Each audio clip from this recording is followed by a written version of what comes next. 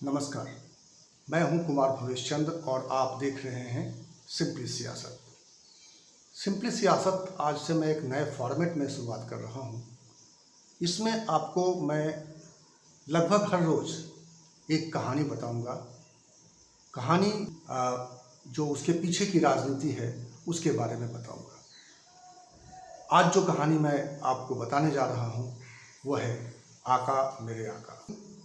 दिलचस्प होगी, सियासत से जुड़ी होगी और चाहे किसी भी घटना से जुड़ी हो, उसमें जो सियासी पहलू है उसके पहलुओं पर मैं बात करूंगा। समझ लिया होगा कि मैं बात करने जा रहा हूं दुबे के बारे में, विकास दुबे के बारे में। विकास दुबे की एनकाउंटर के बाद चारों तरफ ये चर्चा बहुत जोर पकड़ रही है कि क्या उसके आका अब बच जाएंगे। उसके आका कौन थे? सियासी लोग थे जो सियासी गलियारों में रहते हुए उसकी मदद कर रहे थे, उसकी ताकत को बढ़ा रहे थे और उस ताकत से ताकत पाकर विकास दुबे अपनी संपत्ति बढ़ा रहा था, अपनी हैसियत बढ़ा रहा था, अपना हनक बढ़ा रहा था इलाके में। और उस हनक के बलबूते पर उसने पुलिस वाले को अपने पूरी मुट्ठी में कहिए कि वो कर रखा था उसने। और इसकी वजह से एक पूरा महकमा, उसके इलाके की पुलिस उसका कुछ नहीं बिगाड़ पाती थी, बल्कि उसके साथ हो जाने में उस भलाई समझती थी। और शायद यही एक वजह थी जिसके चलते आज विकास दुबे इतना बड़ा हो गया था कि पूरे देश में जब चर्चा चली उस कांड के बाद, जिसमें उसने 8 पुलिस वालों को मौत के घाट उतार दिया, घेर कर अपने इलाके में किसी अपराधी की तरह, किसी आतंकवादी की तरह उसने एक घेरा बनाया। और वो घेरा इसलिए बना पाया क्योंकि उसको पुलिस महकमे से सहयोग मिल रहा था। तो इतनी बड़ी कंस्पिरेसी करने में वो कामयाब इसलिए हो गया क्योंकि वो एक तो ताकतवर हो चुका था, उसकी ताकत सियासत से उसे मिल रही थी, उसे ताकत पुलिस वालों से मिल रही थी, महकमे से मिल रही थी। उसके कुछ वहाँ पे गुर्गे थे जो पुलिस की वर्दी में उसको सहयोग करने के लिए हर तरीके से तैयार थे। और इसकी वजह से वो इतना बड़ा कांड कर पाया। और उसके बाद लेकिन जो पूरा हंगामा और पूरा शोर शराबा मचा, उसके बाद उसकी जान तो जानी ही थी। क्योंकि अगर उसकी जान नहीं जाती, अगर उसका एनकाउंटर नहीं होता, तो बहुत सारे लोगों के राज खुल जाते। और ये दबाव कब ज़्यादा हो गया? क्योंकि जैसे ही वो घटना सामने आई कानपुर की, उसके बाद जिस तरीके से सोशल मीडिया पर उसके कनेक्शन की तस्वीरें छपने लगी, उसके कनेक्शंस गिनाए जाने लगे, सत्ताधारी पार्टी की ओर से, विरोधियों की ओर से तमाम पोस्ट भरे हुए थे, तमाम तस्वीरें भरी हुई थी, उसका किसके साथ साथ था, फिर उस व्यक्ति का कैसे बड़े महकमे से किसी बड़े राजनीतिक नेता के साथ उसका कनेक्शन है। तो इस तरह से कनेक्शन जोड़े जाने लगे थे। तब ये लगने लगा था कि अब ये बचना इसका बहुत मुश्किल है। वो भागा फिर रहा था, पुलिस उसके पीछे घूम रही थी। सब लोग जान रहे थे कि पुलिस, उत्तर प्रदेश की पुलिस खास तौर पे इतनी ताकतवर है, उसके पास संसाधन की कमी नहीं है, उसके पास ऐसे लोगों की कमी नहीं है जो ऐसे अपराधियों को, इतना बड़ा भी नहीं हो गया था वो कि ऐसे अपराधियों को पकड़ न पाती। लेकिन कुछ ऐसा चक्र चला जिसकी वजह से वो पुलिस को 5 दिन 6 दिन घुमाता रहा, भगाता रहा अपने पीछे। कभी फरीदाबाद में छिप गया, कभी वो पुलिस को चकमा देकर उज्जैन पहुंच गया और आखिरकार लेकिन पुलिस के हत्थे चढ़ गया। हत्थे चढ़ जाने के बाद जो कहानी सामने आनी चाहिए थी, जो उम्मीद की जा रही थी कि अब उसके आका बच नहीं पाएंगे, अब वो अपने आकाओं के नाम बताएगा, क्योंकि वो मुखर था।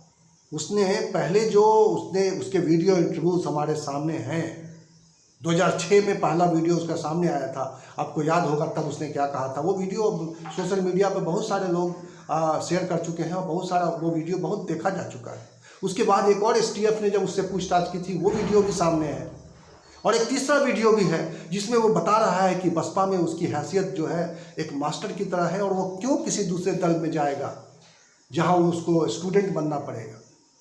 तो इस तरह की बातें करने वाला विकास दुबे क्या सारे लोगों के राज उगल देता?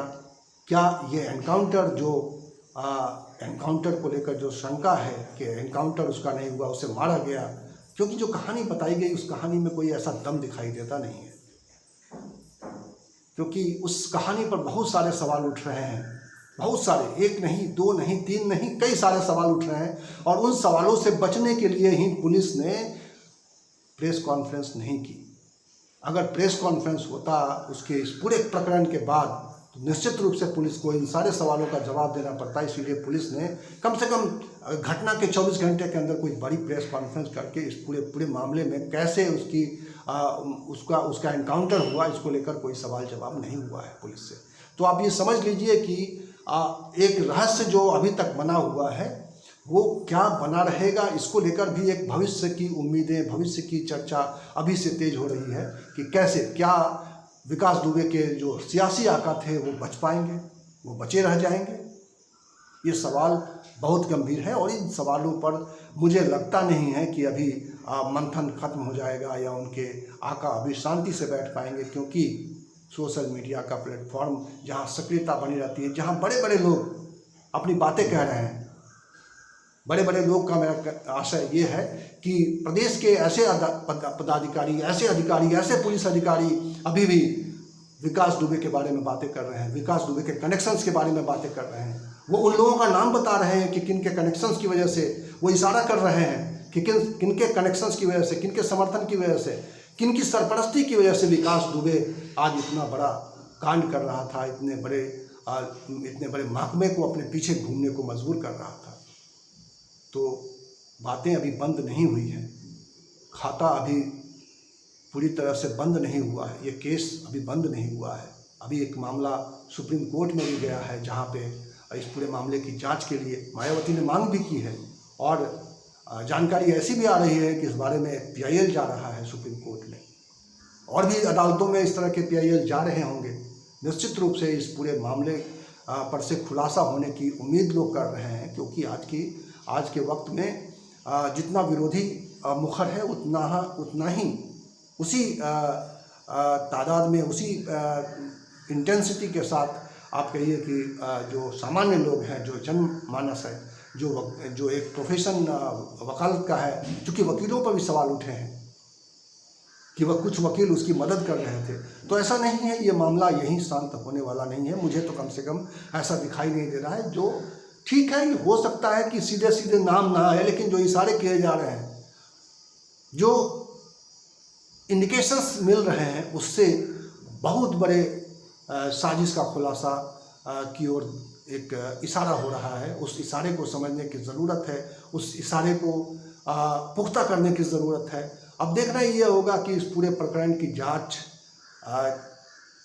कैसे होती है, कौन लोग इस जांच के लिए आगे आते हैं। क्या प्रदेश के मुख्यमंत्री योगी आदित्यनाथ, जो अपराधियों के प्रति एक खास रवैया रखते हैं, सख्ती रखते हैं, जो उत्तर प्रदेश में अपराध को मिटाने का, अपराध को कम करने का, अपराध को काबू में करने का एक वादे के साथ प्रदेश में सत्ता में आए थे, और जब सत्ता में आने के बाद उन्होंने प्रदेश से वादा किया था और उन्होंने कुछ ऐसा अभियान चलाया था अपराधियों के खिलाफ। एक एनकाउंटर लगातार चला जिसमें कुख्यात अपराधी जो है, जिनको मतलब उनके साथ जो है पुलिस ने सख्ती से कार्रवाई की और उस कार्रवाई में वो मारे गए। वो विवाद का विषय बना कि एनकाउंटर सही था, गलत था, लेकिन पुलिस जब एक्टिव हुई तो ये अपराधी भागने लगे, इधर उधर अपनी गतिविधियां जो है सीमित करने लगे। लेकिन ये तय है कि इनके आकाओं के लिए, मुझे ऐसा लगता है कि इनके आकाओं के लिए अभी संतोष, अभी शांति से बैठने का समय आया नहीं है। अभी इनके आका खुद को सुरक्षित महसूस कर रहे हों तो मैं बता देता हूं कि वो सुरक्षित नहीं है, अभी वो वक्त आया नहीं है, क्योंकि अभी विकास दुबे मरा है, उसके साथ सक्रिय बहुत सारे लोग अभी हैं। और ठीक है, एक विकास दुबे जो मेन मोहरा था वो मोहरा नहीं रहा उन आकाओं तक पहुंचने के लिए, लेकिन विकास दुबे के साथ ऐसे बहुत सारे लोग थे जो अभी पुलिस की गिरफ्त में भी हैं, उनको मालूम है सारी नज़दीकियाँ,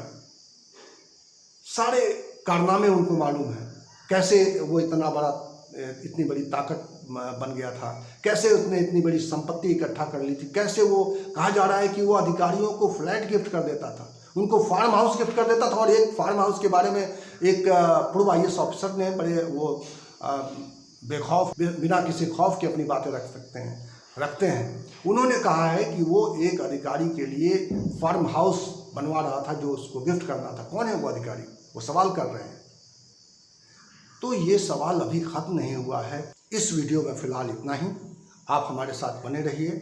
मैं उम्मीद करता हूं कि बहुत जल्द मैं नई कहानी के साथ आपके सामने आऊंगा।